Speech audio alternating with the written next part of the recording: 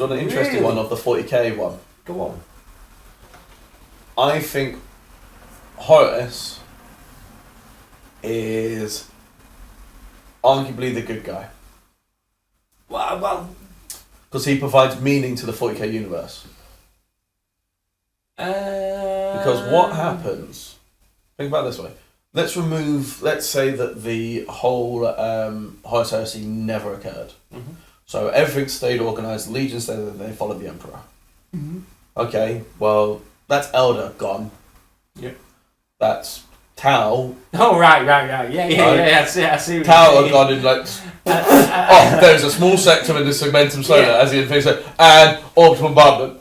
Yeah. The Dias Ares just comes down and goes, Communist this. That's very interesting. Now, that's fine, you know, sorry. Even that's then, very the Orcs would be devastated once again. And even then, the Tyranids come.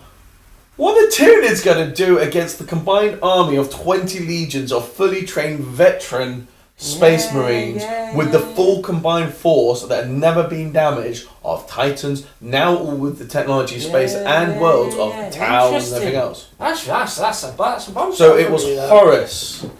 Saved the galaxy.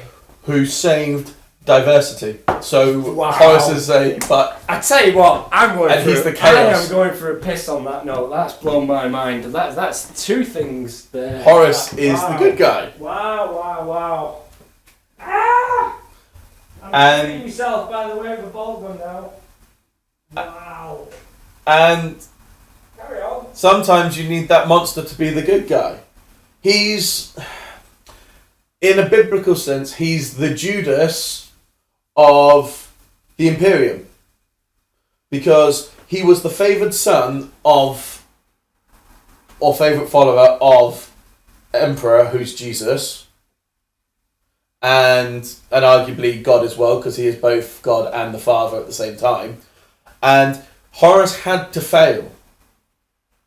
Horus had to fail so that the universe had something to work for, to actually give the universe meaning.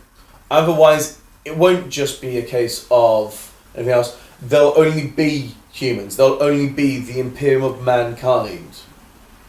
And by Horus actually making confronting mankind, it's mankind fighting itself. It's a replication of what we do every day. But he provides chaos, literally, in against order. Chaos being diversity. Now, what Horus actually probably intended to do is actually to make the Imperium stronger than it ever was. And underneath the rotting order that is the all-powerful patriarchal father of the Emperor, crazy niceties. Horus was basically the liberator. Yeah. Now people, they took it the different ways. This is why I was going to write up a series of what could we learn from all the Primarchs. Their downfall and creation. I thought about bringing up our Primarch analysis here. We'll talk about that for another one. But if we go down that one, like Lorgar. Go on. Gorgar. Lorgar. Oh, Lorgar, yeah. Turning to the books and being so kind of basically praising his father so much that he then ends up being disgraced by it. Been there. Because essentially he's the person like, oh, father's amazing, father's amazing, father's amazing. And the Emperor turns around and actually does something that a leader should do at some point, which is say, no, I'm not. I'm not this divine. I am fallible. I am something in control, and that's why you must follow me in the example.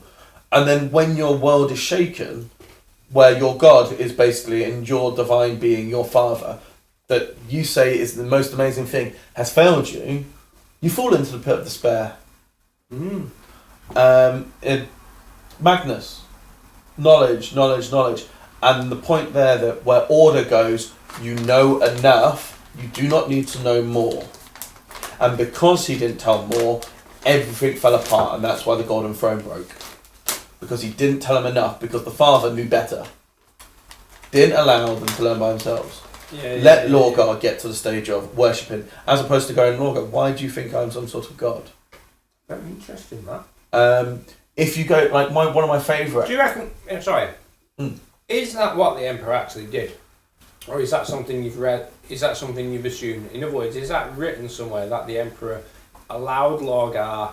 I don't know. I don't know if it comes up in the books. Or is that something you've just thinking about now? Perceived. Interesting. Because I like it. If there's a lot of influence that, of course, the Emperor has psychic powers and the ability to understand time and what's going to happen. Hence why he was building the Golden Throne. Mm-hmm. But he's not infallible because the Immaterium is without time. Mm-hmm. So that's why you can't see fully in it. And so that means he would have he knew that Magnus was going to screw up, hence the council and the trial and everything else. Nicaea. That's the one. I couldn't remember what it is. I knew it was a famous thing in Nicaea. And so that meant he could have some perception of the future. But he couldn't alter it. Now the real question is, maybe he did see Lorgar failing and losing his faith, but couldn't fix it. Well, maybe he could, because here's an example of where we have seen unimaginable scale and planning in the Emperor as St. George. Yep. Killed the dragon. Yep. Imprisoned it on Mars. Yep. Which was then discovered by whoever in the Mechanicum. book, Mechanicum, 30,000 years later. Well, it planned it 30,000 years earlier. That's some planning. Yeah. You know what I mean? But maybe his own ego got in the way as well. Who knows? Now, so even my favourite Primarch that I never had any fondness, and I've got to say, I can't remember what Honest Heresy book actually, it might have been Tales of Heresy, but there was one story that involved Khan the Betrayer. Yep. And Angron. And it's basically where it's the captains of the World Eaters. Mm-hmm. Who names them World Eaters when they're meant to be the good guys? Really, you know? But anyway, if we go down... Well, you got to remember though, a lot of 40k is reverse engineered to justify itself. I know, but also World Eaters does still apply because they're the ones to destroy worlds. And one of the best things about that one were all the captains going one at a time from first captain downwards to go confront Angron. Not to confront him in an actual angry way or anything like that. Was that they were actually going to look, we have got to follow and follow orders. And he hates all of them and everything they stand for because the Emperor ordered one thing when he was saved. And his salvation was, you must kill what you were. Which is he had to kill all his gladiatorial thing, etc. It's like, he was Spartacus in this sort of regard. It's like, no, these are my people. I grew up with this. You left me on this hellhole. You wanted me to grow up like them. Why do they not take the same journey as I do? Mm-hmm.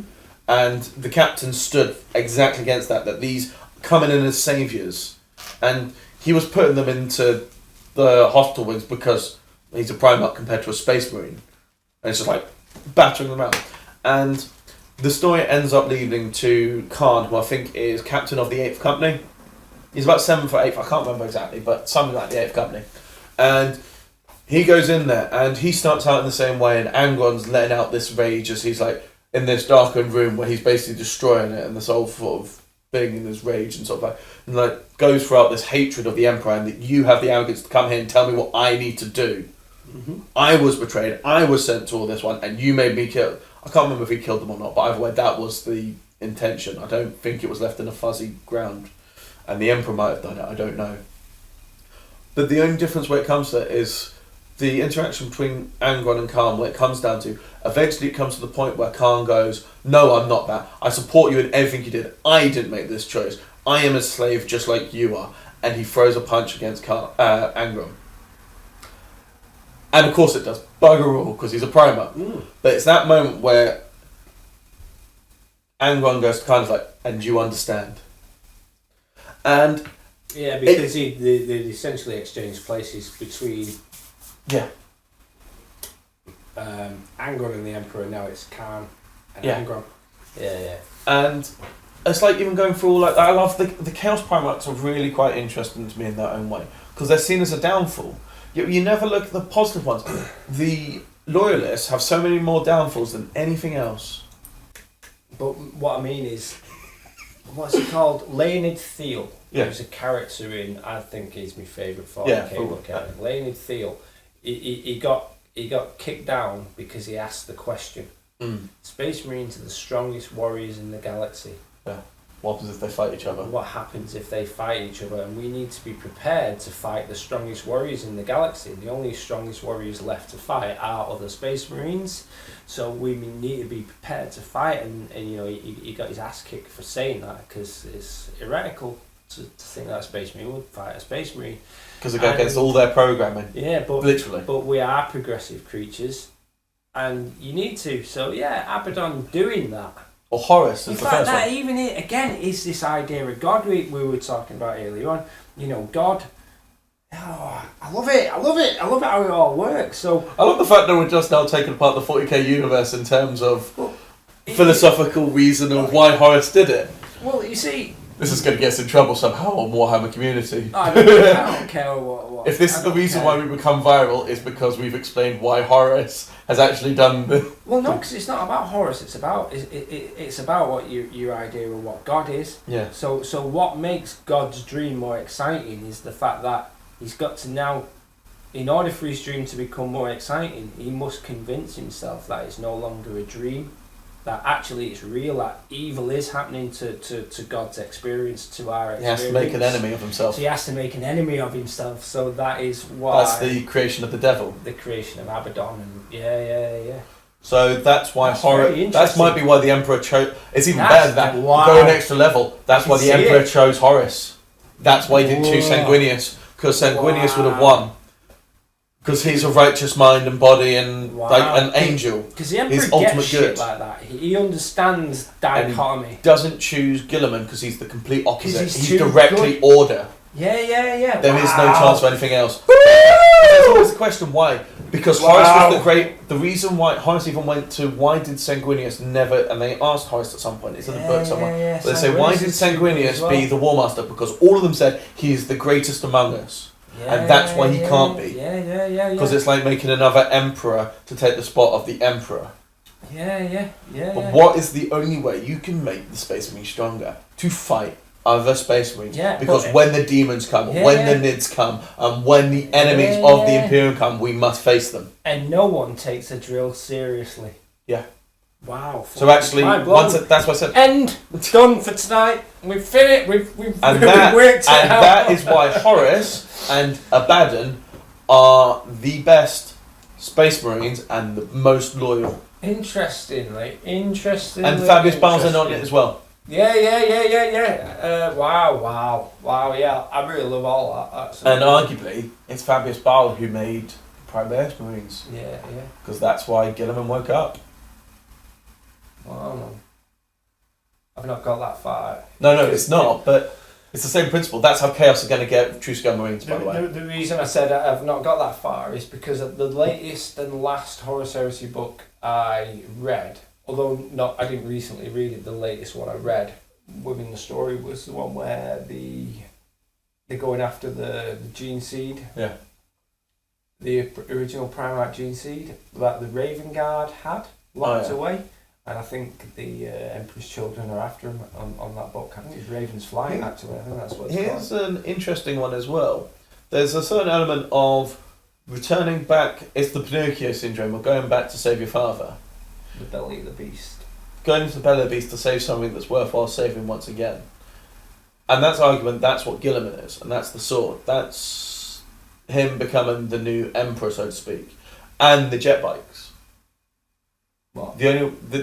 What's jet bikes got to do with it? Because they're old technology, which is against the rules. The STCs in general, the manufacture of old technology, you could only find these old bits and relics to become what we once were, to become greater than we are now, because it's lost. Because we fought each other and we didn't know why we were fighting. Mm-hmm. So they had to go back to find some worthwhile bits to then somehow push forward. Right, okay. So that is what the new technology represents, is the old technology being brought back to bring us into a new age of development. Mm-hmm. And like I said, I still think Horus now, and I still 100% behind it that Horus and Abaddon are the greatest loyalists. And now when you say that, right, so heroes of the Imperium. Well, this all comes down now to the idea that if we know it's a drill, then we can't take it seriously. Now, if it was a drill and no one knew, then yeah, alright, I see why they are. Yeah. What happens if they knew?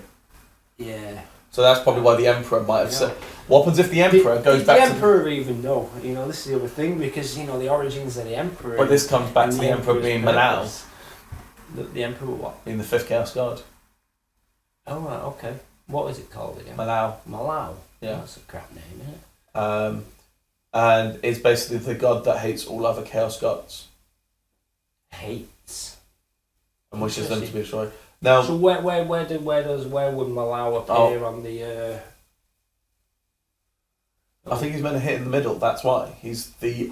That image that I showed you. He's the one that the good aspects of the Chaos Gods. You're saying he's God. I'm saying he's the one in the middle. He's the balance between all of them. God, essentially. Yeah. God. He is God. And being put forward as maybe Jesus, as Saint George, as whatever figures throughout history. And being the incarnations of. But should I tell you the other one that we keep on forgetting, and I forgot to mention it last episode. In fact, that is the thing, being if he is the eye in the middle and the Emperor is all about order, not chaos. Yeah. Then he needs them to survive, and they need him to survive. Because otherwise, if you remove, let's take an easy example. Take away Zinch from the equation. You lose your knowledge. Because you don't have unknowns and knowns anymore, so therefore there is only what there is. If you do not have disease and decay, there is no circle of life. It's the good and bad aspect. And as opposed to having 4 good, 4 bad, you have 4 bad, 1 good. Have you seen them tarot card type drawings of the 4 Chaos Gods? Yeah, they're the ones I showed you. Done. Yeah, yes, you did. Yeah, that's one of the first I love those every single time. One of the first times we had a meaningful conversation that night, so I remember it, which is why all this exists as well, people. There's more romantic interpretations. They're all done like gods. Roman gods. Greek gods. They're all everything else, and corn, anger, and rage turns into honour and warfare and martial pride. Yeah, absolutely. Nurgle being the god of life, essentially. Yeah, and renewal. Yeah. And Zinch was still of knowledge and change and of development, so to speak. Yeah. And progress. Yeah. And where Slanesh was the god of fertility. Yeah. Fertility and desire. Yeah. The driving forces. And it's that juxtaposition between the two. And actually, I've taken that combination, the idea of this good and bad aspect, and actually, in my own form of what I describe as the Warhammer Fantasy world. So what you're saying is we could become chaos worshippers and better ourselves. I've actually for a long time been kind of thought of being the chaos gods. I think are actually on the right track. Yeah. They're essentially what they can, just like demons. They are elemental parts of human consciousness of whatever. So rage, anger, but it's passion as well. Yeah. That's what corners of passion and like. I'm willing to destroy everything you've got because I think I'm right or I know something or anything else, or you're going to do harm to me. I will stop you and I will stop you harming anyone else. Yeah. And we've got Nurgle, which has a case of decay and moving on. The processes of eat, decay, life, process moving on. And the fact that once again we get the anti-fragile part in Nurgle as well, because it's disease. You have to suffer disease to be new and strong. Well, nothing can exist without Slanesh, but that's why it's the youngest one. Because it's life and creation. Yeah. But then, of course, if you get too obsessed with that, you spill into a spiral of me, desire. I only desire what's everything for me. Been there, done that. And... might even still be there a little bit. And the beautiful bit about Zinch is it doesn't need to change because it's just knowledge. Because it is the right, just knowledge. Yeah, well, knowledge is just a tool, isn't it? And without it, there's nothing, and with it, there's everything, but then at the same time, just like with the shadows, knowing something more means you can't see everything. Yeah, Zinch essentially is, you might even call him the observer. Yeah. There's the influence that he influences it, but I think that's a big ploy. Yeah. Why? Because what's better than everyone thinking that you control absolutely everything and making all the bargains for you to do absolutely everything and you do nothing at all? And they all do it to themselves. What's a bigger joke than that? And he is a jester. Interesting. In those images, yeah. There's a lot of that sort of imagery with him.